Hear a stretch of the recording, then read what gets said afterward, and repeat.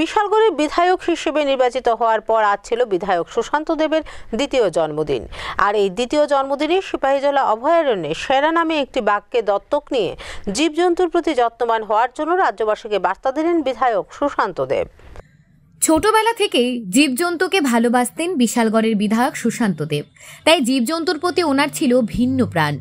বিশালগড়ের বিধায়ক হবার পর বুধবার ছিল ওনার দ্বিতীয় জন্মদিন। এই দ্বিতীয় জন্মদিন সিপাহীজলা চিড়িয়াখানার সেরা নামে একটি রয়্যাল বেঙ্গল টাইগারকে 3 মাসের জন্য দত্তক নিয়ে সমাজে অভিনব বার্তা দিলেন বিধায়ক সুশান্ত দেব। কিছুদিন আগে সিপাহীজলা চিড়িয়াখানায় আনা হয়েছিল রয়্যাল বেঙ্গল টাইগারকে। পাশাপাশি এদিন তিনি এক সাক্ষাৎকারে বলেন, পরিবেশের ভারসাম্য রক্ষা করতে হলে মানুষ ও গাছপালার পাশাপাশি জীবজন্তুদেরও আগলে রাখতে হবে। তাই সেরাকে দত্তক নেওয়ার মধ্যে দিয়ে পরিবেশের জীবজন্তুদের প্রতি যত্নবান হওয়ার জন্য রাজ্যবাসীর প্রতি আহ্বান ডাকলেন বিধায়ক সুশান্ত দেব। আমার ছোটবেলা থেকেই সামাজিক কাজের প্রতি একটা ইচ্ছা, দায়বদ্ধতা এটা আছে।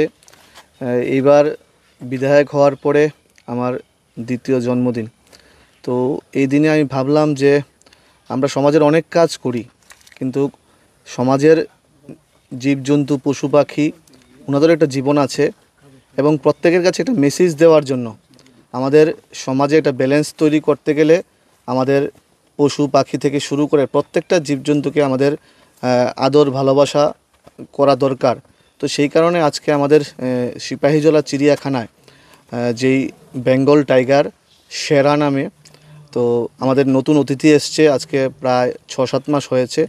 তো আমি আগ্রহ প্রকাশ করেছিলাম ডিপার্টমেন্টের কাছে এবং আমাকে সম্মতি দেয়। আমি 3 মাসের জন্য এই রয়্যাল বেঙ্গল টাইগার সেরাকে আমি অ্যাডপ্ট নিয়েছি।